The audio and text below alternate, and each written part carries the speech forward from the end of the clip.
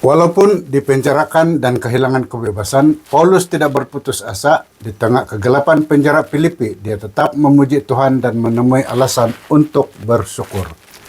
Penderitaan tidak memutuskan hubungannya dengan Bapa di surga, malah mendorongnya terus berdoa dan menjadi perantara bagi jemaat Filipi dan Kolosi.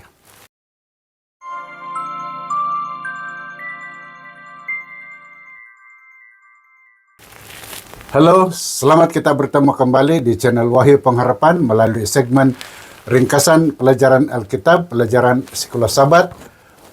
Untuk kali ini dan topik kajian kita untuk pelajaran yang kedua ini ialah alasan untuk bersyukur dan berdoa. Ayat utama kita diambil dari Filipi pasal 1 ayat 6 yang berbunyi, "Aku yakin bahwa Tuhan yang telah memulakan suatu pekerjaan yang baik dalam dirimu akan menyudahkannya hingga hari Yesus Kristus." Para penonton yang dikasihi, hari ini kita merenungkan kuasa doa dan kasih dalam kehidupan Kristen. Dari surat Paulus kepada jemaat Filipi, kita belajar bahwa doa yang tulus menumbuhkan kasih, kebijaksanaan, dan buah kebenaran. Kasih yang bertambah-tambah mencerminkan kehendak Yesus, menguatkan iman, memulihkan hubungan, dan menyalakan hati dengan sukacita rohani yang berterusan. Mari kita mulakan ringkasan ini dengan topik kajian yang pertama, persekutuan dalam Injil. Dari Filipi pasal 1 ayat 6 berkata, "Aku yakin bahwa Allah yang telah memulakan suatu pekerjaan yang baik dalam dirimu akan menyudahkannya hingga hari Yesus Kristus." Paulus memulakan suratnya dengan melafazkan ucapan syukur yang lembut dan mendalam kepada Tuhan atas jemaat Filipi yang terkasih di hatinya. Seperti imam besar yang mengukir nama 12 suku Israel pada dadanya ketika berdiri di hadapan Ilahi. Demikianlah Paulus memeluk setiap jiwa dan doa syafaatnya. Kesyukurannya mengalir daripada kesetiaan mereka terhadap Injil dan keyakinannya bahwa tangan Tuhan sedang setia menyempurnakan karyanya dalam hidup mereka. Dengan hati yang terikat kasih, Paulus juga bersyukur karena jemaat Filipi berdiri teguh bersamanya, dibelenggu dengan rantai pemenjaraan dan dalam perjuangan meneguhkan kebenaran Injil. Seterusnya, topik kedua yang kita kaji ialah permintaan doa Paulus.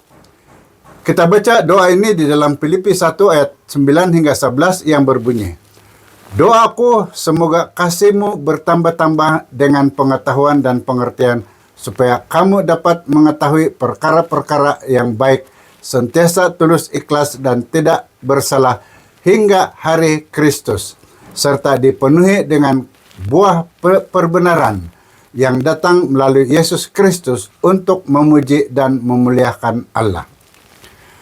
Motivasi doa Paulus teranyam lembut bagaikan untayan rohani yang mempesona. Bermula dengan kerinduan agar kasih umat percaya terus mengalir tanpa batas. Daripada kasih yang subur itu tumbuh kebijaksanaan rohani, kepekaan memilih yang terbaik, dan pembentukan hidup yang suci serta tulus. Kehidupan yang demikian melahirkan buah kebenaran melalui Yesus Kristus, lalu memancarkan kemuliaan dan pujian kepada Tuhan. Oleh itu, kasih yang semakin bertambah bukan sekadar perasaan sesaat, tetapi denyutan pertumbuhan iman, asas kesaksian, dan inti kehidupan Kristen yang sejati. Topik seterusnya yang kita baca ialah penerapan kepekaan rohani.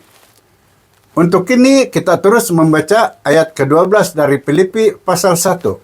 Antara lain katanya, "Aku ingin memberitahumu, saudara-saudaraku, bahwa segala yang telah berlaku kepadaku sebenarnya semakin memajukan penyebaran Injil."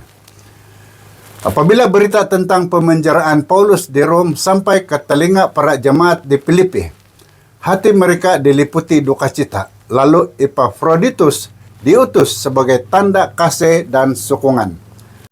Namun bagi Paulus, rantai besi tidak memadamkan sukacita. Sebaliknya, dia bersyukur karena di sebalik jeruji yang mengurungnya terbuka pintu Injil kepada jiwa-jiwa yang sukar dijangkau. Sikapnya yang teguh dan penuh iman membakar keberanian orang percaya lain untuk memberitakan tanpa rasa gentar.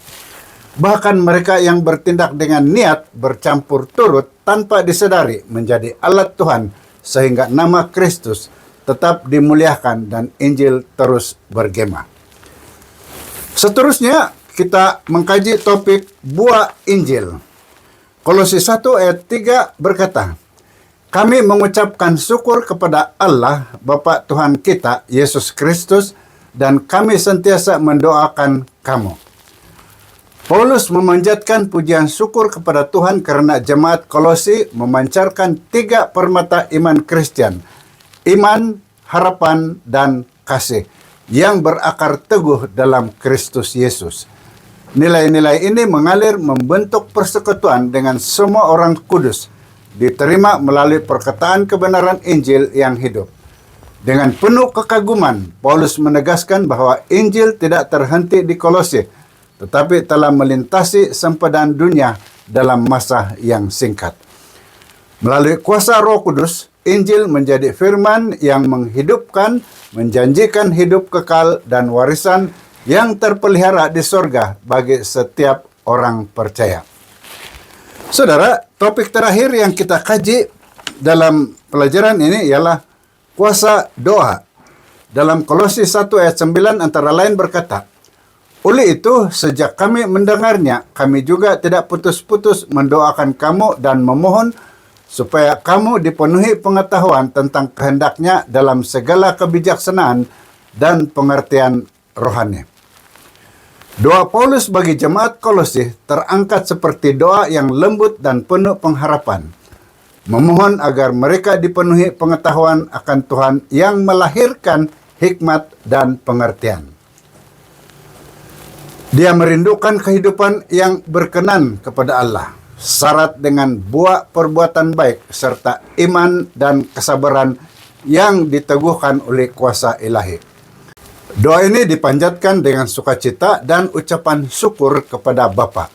Dengan penuh keyakinan, Paulus menegaskan bahwa Tuhan menjawab doa melalui saluran-saluran kudusnya.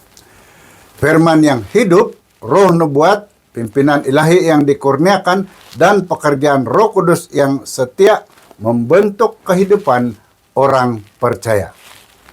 Saudara, sebagai kesimpulan, berikut adalah 3 poin penting dari ringkasan yang telah saya kongsikan melalui video ini.